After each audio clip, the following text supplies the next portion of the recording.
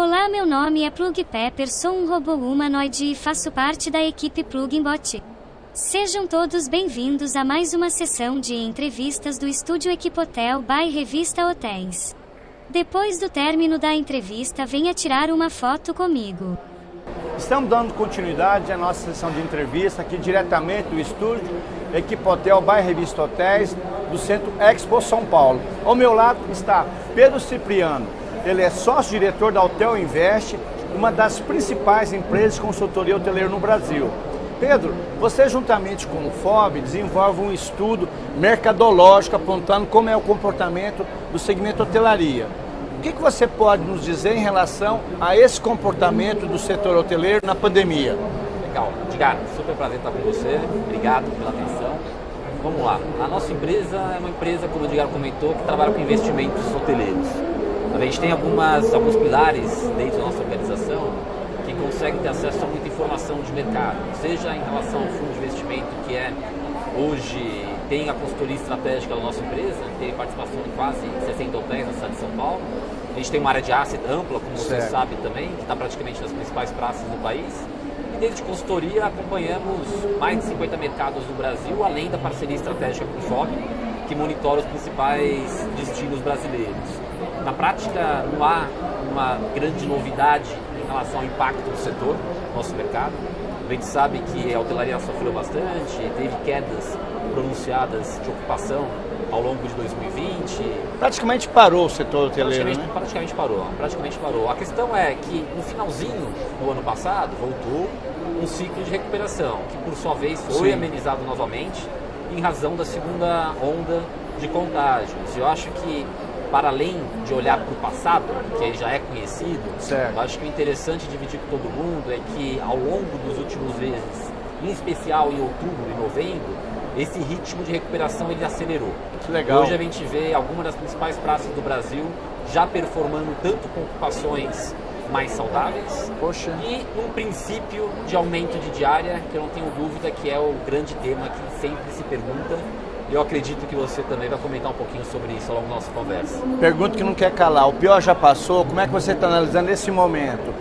Qual é a sua expectativa, Pedro, em relação à taxa de ocupação hoteleira nesse ano? Você já tem algum estudo de viabilidade? Como é que você pode falar em relação? Sim, o pior já passou.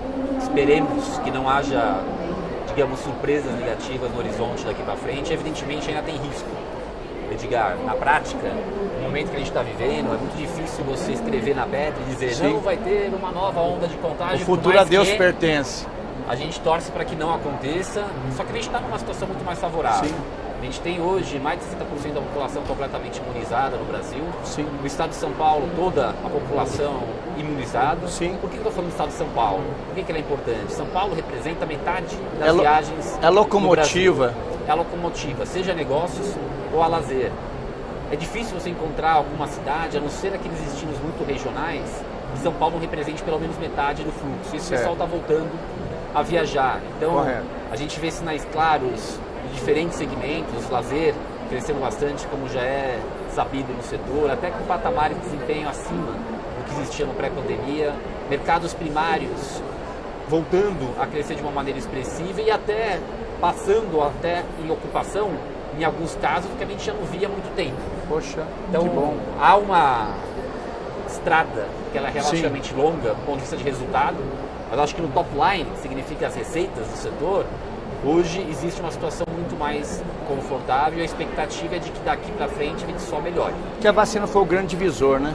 Foi, não há dúvidas disso. Quando você pega uma correlação entre vacinação, número de casos da Covid, mortes, e também em relação à demanda por hotelaria, não há dúvida que nessas 2 últimas semanas não é por acaso que o mercado corporativo voltou a crescer de uma maneira melhor do que crescia antes.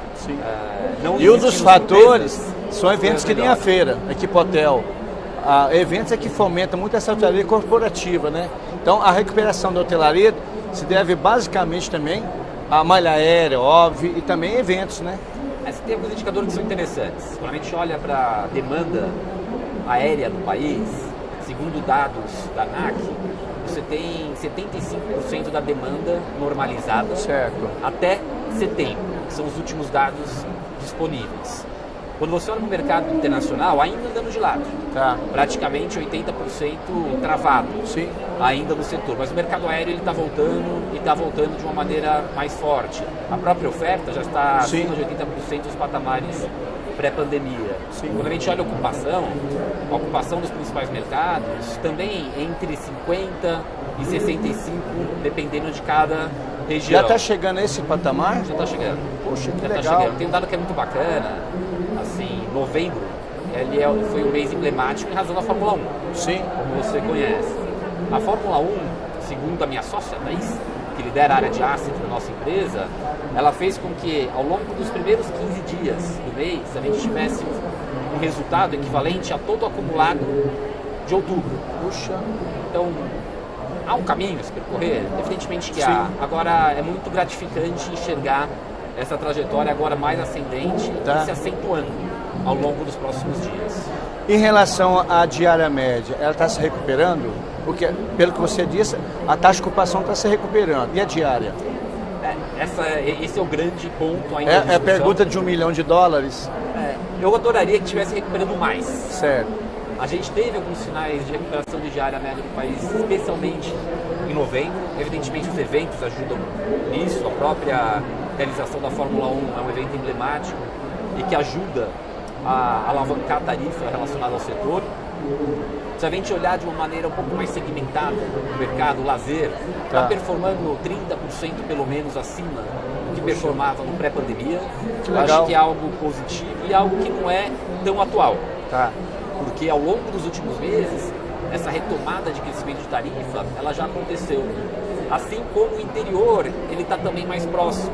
Até porque a base era uma base mais modesta no pré-pandemia. A grande questão é o que acontece com as grandes cidades. E aí, quando você olha para as grandes cidades, há uma diferença, que é uma diferença alta, em ordem de grandeza entre 20% e 30% em valores reais abaixo do que performava no pré-pandemia.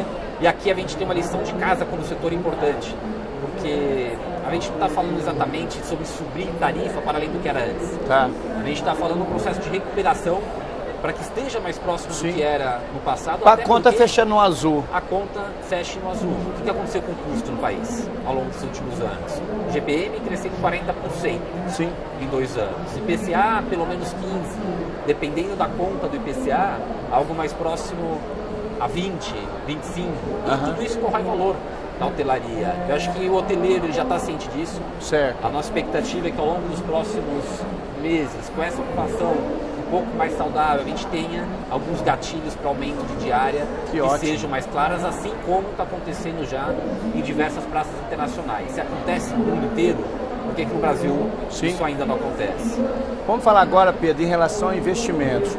Como é que estão os investimentos da hotelaria? Por enquanto está aguardando a retomada para surgir a nova gleba de investimento, ou aqueles investimentos que estavam aguardando a oportunidade para literalmente sair da gaveta, o investimento e entrar na construção? Como é que está? Até alguns anos atrás, o que movia o Brasil em termos de investimento hoteleiro era o mercado corporativo. A grande locomotiva de investimento era basicamente essa. O que aconteceu com essa máquina? Hoje a gente tem aproximadamente 147 hotéis em desenvolvimento, vinculados a redes hoteleiras entre as empresas de pequeno a grande porte no Brasil.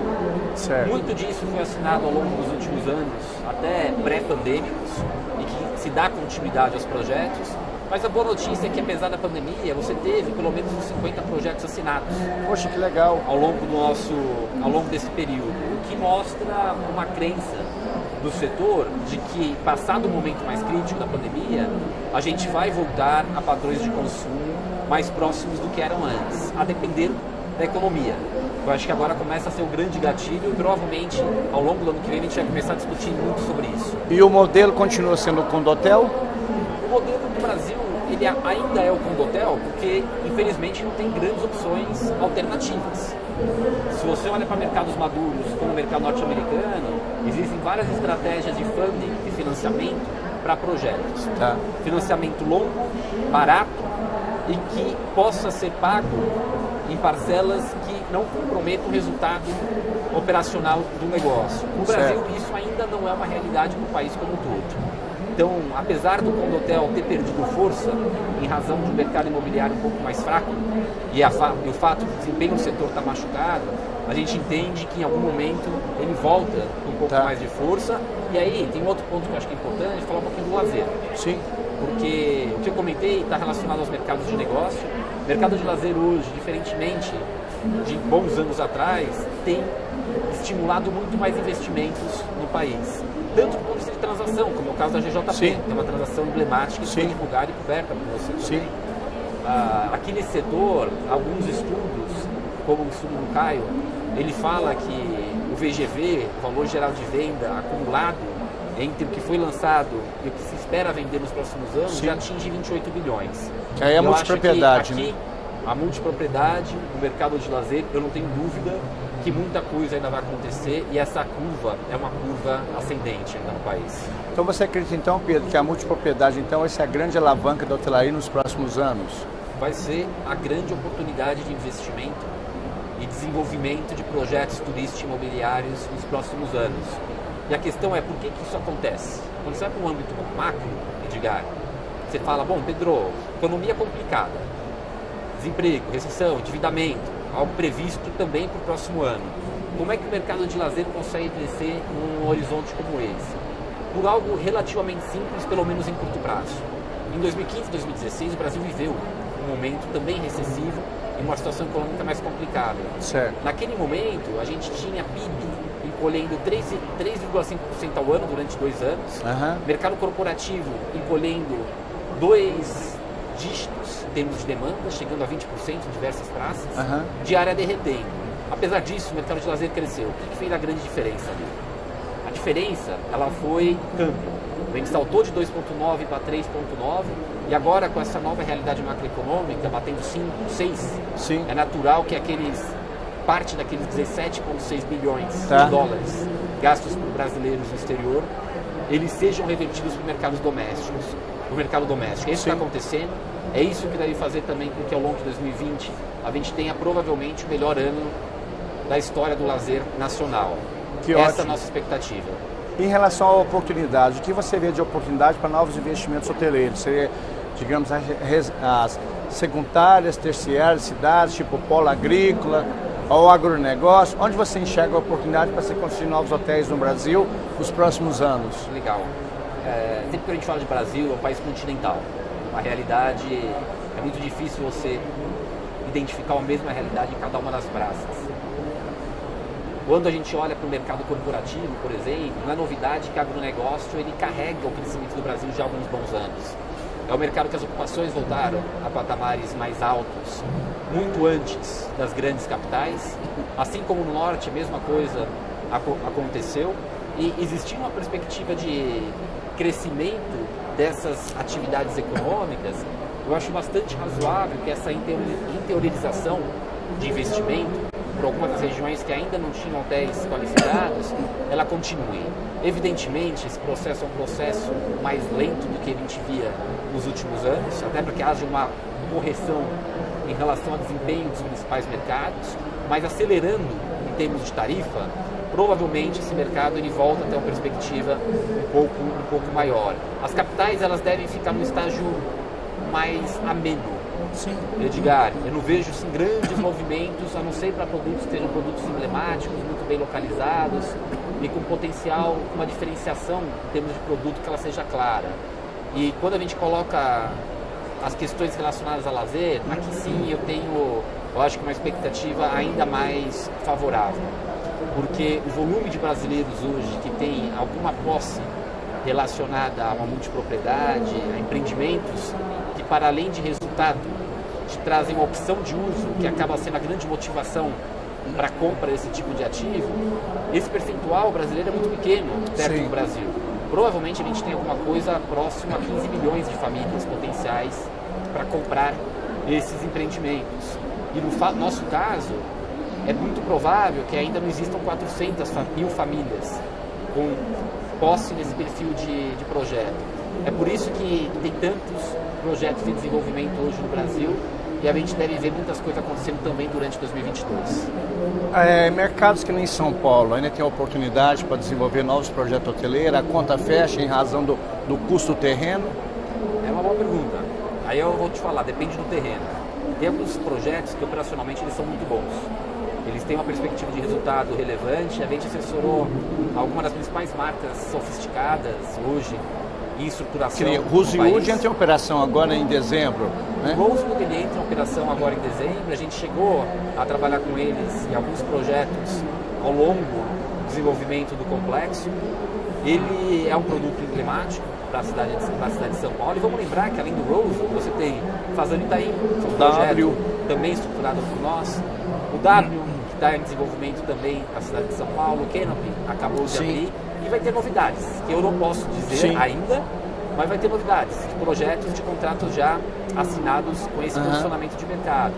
Por que isso acontece? Isso acontece porque a cidade de São Paulo ela teve poucos hotéis com essa categoria, com esse posicionamento nos últimos anos. A maior economia da América Latina e até 5, 6 anos tinha 250 quartos.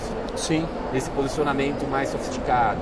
Então, o Brasil voltando a performar bem como país, como economia, as reformas acontecendo, a gente tendo uma entrada nos trilhos de uma maneira um pouco mais clara, não há dúvida que há muito ainda a se fazer no país do ponto de vista de investimento de operação hoteleira. A dúvida é quando que a gente entra nos trilhos de fato, isso precisa ser entendido. E para a gente poder finalizar, Pedro, em relação, como é que você enxerga, se você tivesse uma bola de cristal, como é que você enxerga o segmento hoteleiro? A retomada acontece em 2022 ou 2023 vai ser um ano mais seguro para a gente poder ter a mesma taxa de ocupação diária antes da pandemia? Como é que você enxerga?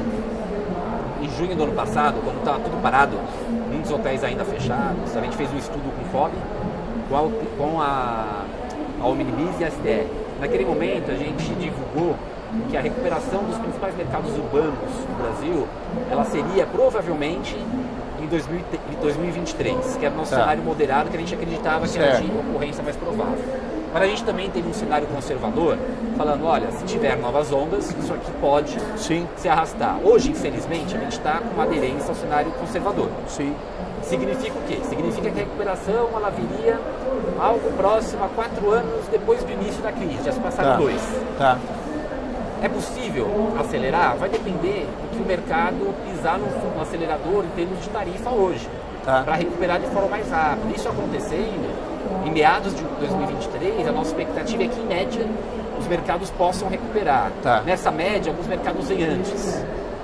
Edgar, o mercado secundário, interior, já está muito próximo, o mercado de lazer, em alguns casos, já passou. O grande vilão ali, o patinho feio, acaba sendo os grandes mercados como São Paulo ainda, mas que a partir de novembro acelerou.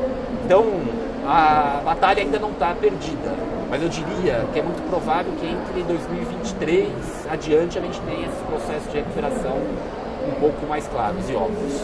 Que ótimo! Muitíssimo obrigado. Falou diretamente do Estúdio Equipotel by Revista Hotéis, aqui do Expo São Paulo. Pedro Cipriano, ele é sócio-diretor da Hotel Invest, uma das principais empresas de consultoria hoteleira no Brasil. Muito obrigado, Pedro, pela grande aula que você deu para a gente de consultoria. Obrigado, Edgar. Um prazer estar com vocês. Um grande abraço a todos.